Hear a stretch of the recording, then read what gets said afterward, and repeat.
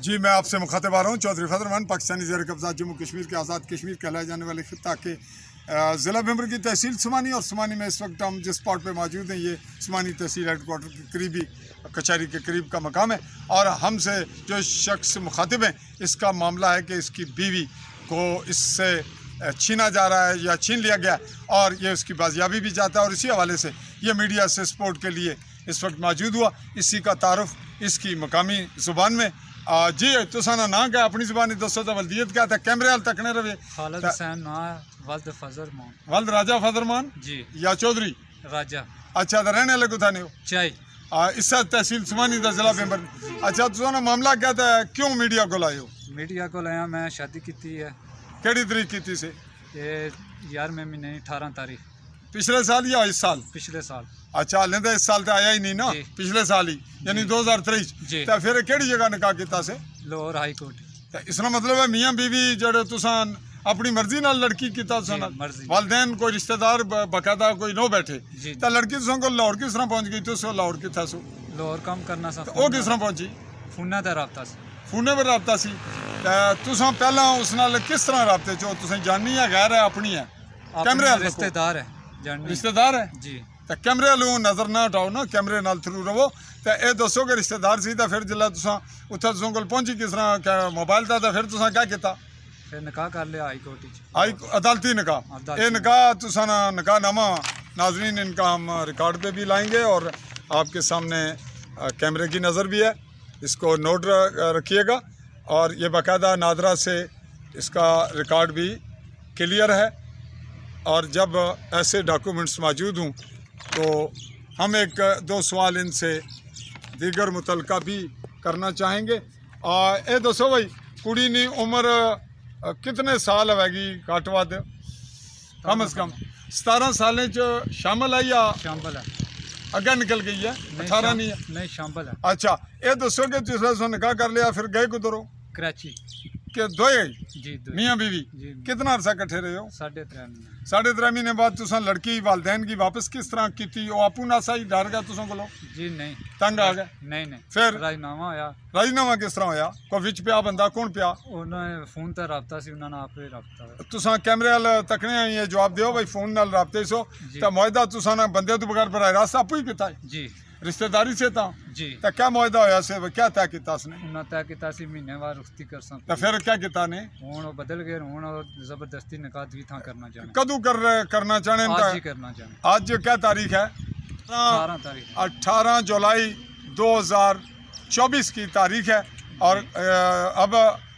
केड़ी जगह था उस जिस बंदे नाल करना चाहने उसनों को ना शा पता है कुड़ी जे उसने अब्बे ना नाम नज़ीर है मुड़े ना नाम माद है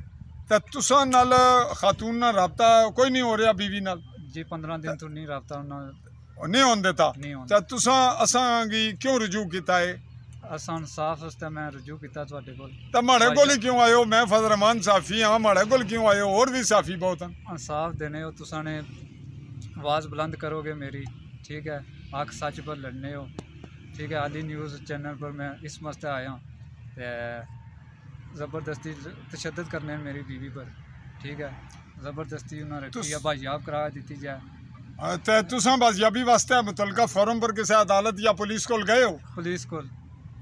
दी है दरखास्त जी दरखास्त दे दी अच्छा भाई तुसा ना कोई वकील कोई मुआवनत करने वाला केड़ा बंदा है वकील राजा नीर महमूद राजा नैयर रहमान समानी के वकील हैं इनके तो उन्होंने नाल तुसा ना मौकफ में ले लिया कुड़ी की ना भी अगर मौकफ भी मिला है अगर उसने वालदैन देना चाहन आखन जी कुड़ी नहीं मर्जी है तो निकाह भी वो नहीं मनने निकाह उन्होंने मन्ने आना था ही उन्होंने तुसा की अदालत लिखा देता जी सुलह मुकदमा खत्म हो गया जी तो हुण ये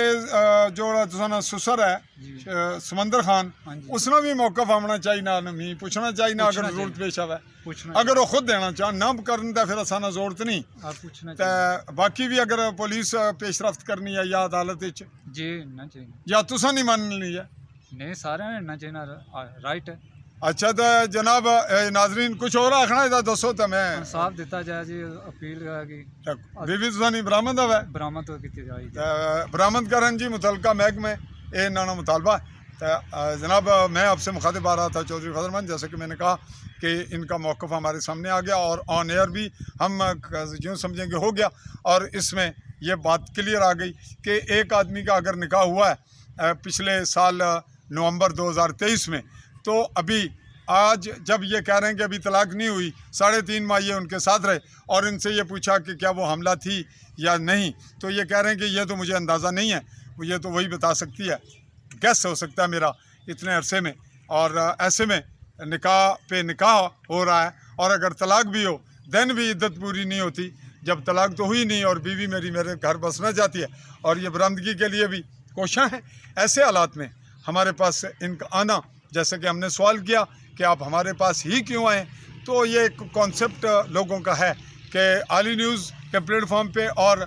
जर्नलिस्ट चौधरी फजल रहमान से आप अप्रोच करेंगे आली न्यूज़ के यूट्यूब चैनल पे, तो हमें शायद आवाज़ हमारी पहुंच जाए, ऑन एयर हो जाए और हमें कहीं ना कहीं से इंसाफ मिल जाए। कम से कम इनका सबसे बड़ा मसला क्या है कि इनकी आवाज़